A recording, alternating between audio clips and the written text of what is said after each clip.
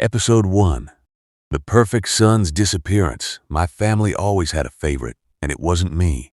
In our house, my older brother Julian was the golden child. He was charismatic, handsome, and according to my parents, capable of no wrong. I, on the other hand, was Elias, the quiet younger brother, the one who worked in the shadows, the one who was expected to look after himself. Growing up, the contrast between how we were treated was staggering. When Julian wanted to go to an expensive Ivy League university, my parents didn't hesitate.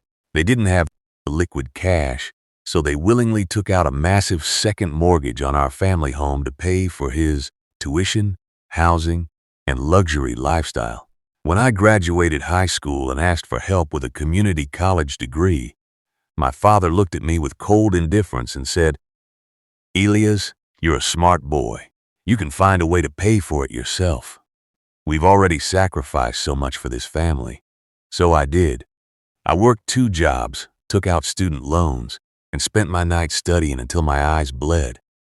I never complained. I thought that if I worked hard enough, if I became successful on my own, my parents would finally look at me with the same pride they'd had when they looked at Julian. But I was wrong.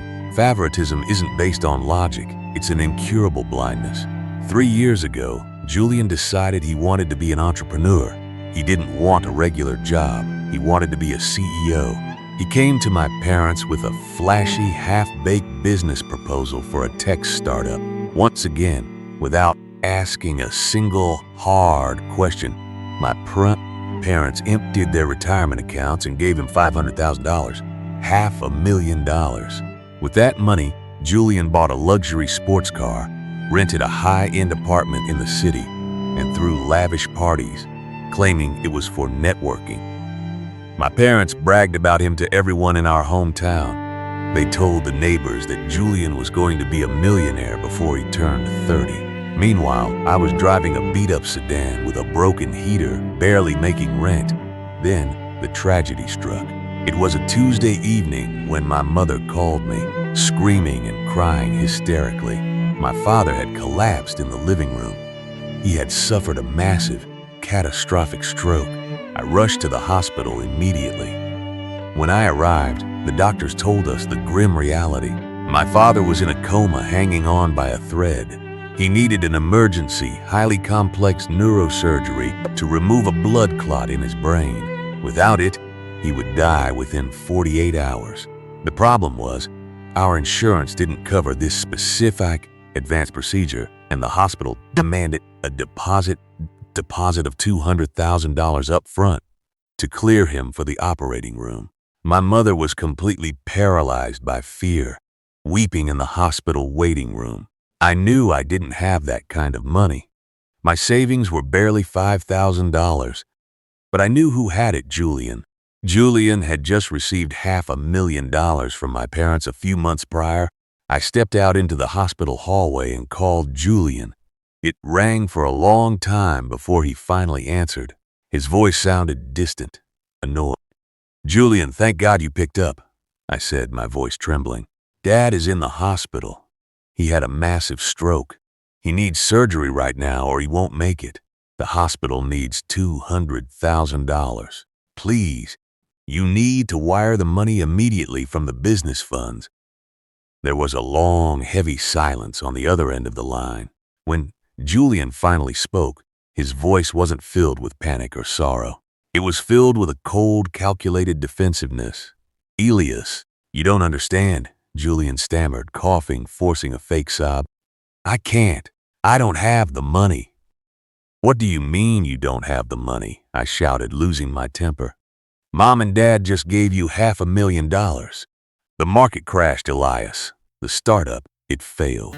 The investors pulled out, and I'm nosediving into bankruptcy. I'm drowning in debt right now. I don't even have enough money to pay my rent next month. If I could see Dad, I would, but I am completely broke. I'm sorry." Before I could say another word, Julian hung up the phone. I tried calling him back immediately, but it went straight to voicemail. 10 minutes later, I tried again. The call wouldn't even connect. He hadn't just hung up on me. He had blocked my number. He blocked his own mother's number too. Julian, the golden child, had completely vanished into thin air the moment his family needed him. I walked back into the waiting room and looked at my mother. When I told her that Julian said he was broke and couldn't help, she refused to believe it. "No, not my Julian," she wept. "He must be in trouble. Someone must have done something to him. He would never abandon us." Even in the face of death, her delusion protected him. But I didn't have time for delusions. My father was dying. I looked at the doctor, then I looked at my mother, and I made a choice. I signed a document putting myself personally liable for the medical debt. I sold my beat-up car that very night to a sketchy dealership for a fraction of its worth. I emptied my tiny savings. I called every friend, every distant relative, and took out emergency high-interest personal loans. I managed to scrape together enough for the initial hospital deposit to get my father into the operating room. The surgery was a partial success. My father survived, but he was severely weakened. He needed intensive, round-the-clock physical therapy and specialized medication to recover. For the next 6 months, my life became a living hell. I worked my regular corporate job from 9 to 5, drove an Uber from 6 p.m. to midnight, and then spent the rest of the night at the hospital or at my parents' house, lifting my father, cleaning him, and managing his medication. During those 6 grueling months, we heard absolutely nothing from Julian. His social media accounts were deleted, his apartment was vacated, and his phone remained disconnected. My mother spent every night crying, not just for my father's health, but wondering if her precious, perfect son was lying dead in a ditch somewhere. She completely ignored the fact that I was destroying my own health, working 20 hours a day to keep her and my father alive. To her, my sacrifices were just expected, but Julian's absence was a tragedy. By the 6th month, my father's condition finally stabilized. He was able to sit up in bed and speak a few words. The doctors said he could continue his recovery at home, but the financial toll on me was devastating. I was over $150,000 in debt. My credit score was ruined, and I was running on pure exhaustion. One Sunday afternoon, while my father was sleeping, my mother asked me to clear out the old filing cabinets in his home office. We needed to find his old financial records to apply for a state-sponsored medical assistance program to help cover his ongoing medication costs. I sat on the dusty floor of my father's study, surrounded by old tax returns, insurance policies, and paid bills. As I pulled out a thick, faded manila folder from the very back of the bottom drawer, something caught my eye. It was a secret secondary bank account book under my father's name, one that my mother didn't know about. It was an account he used solely for his business transactions before he retired. Curiosity got the better of me.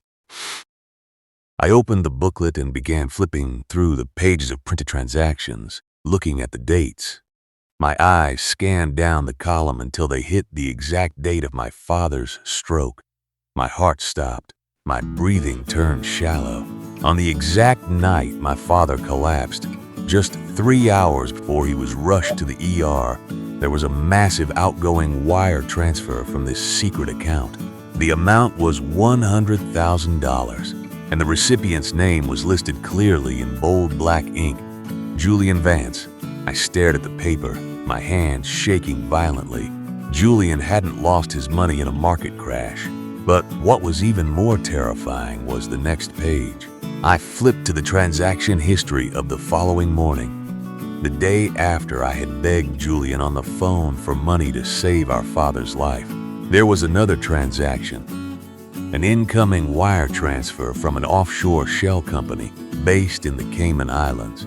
The amount deposited into my father's secret account was exactly $1 million.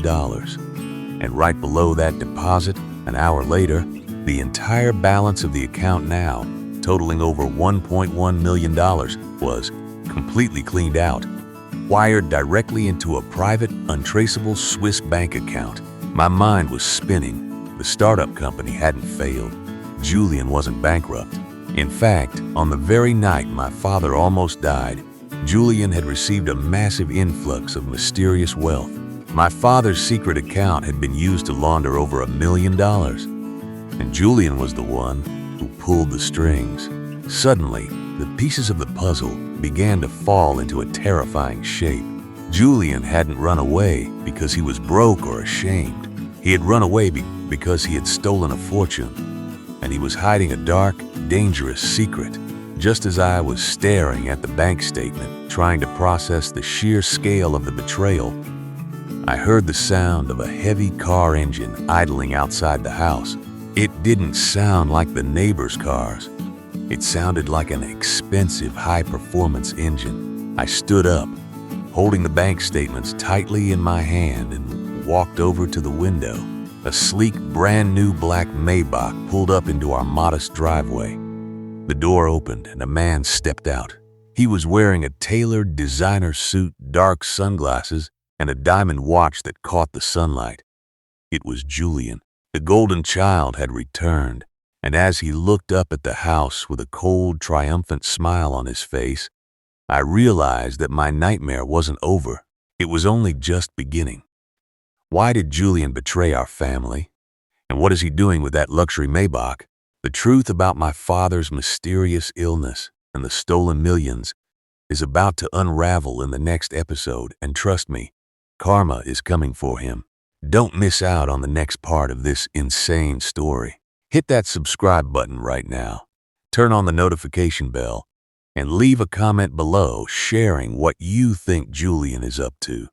Thank you for watching Littell's All, and I will see you in episode 2.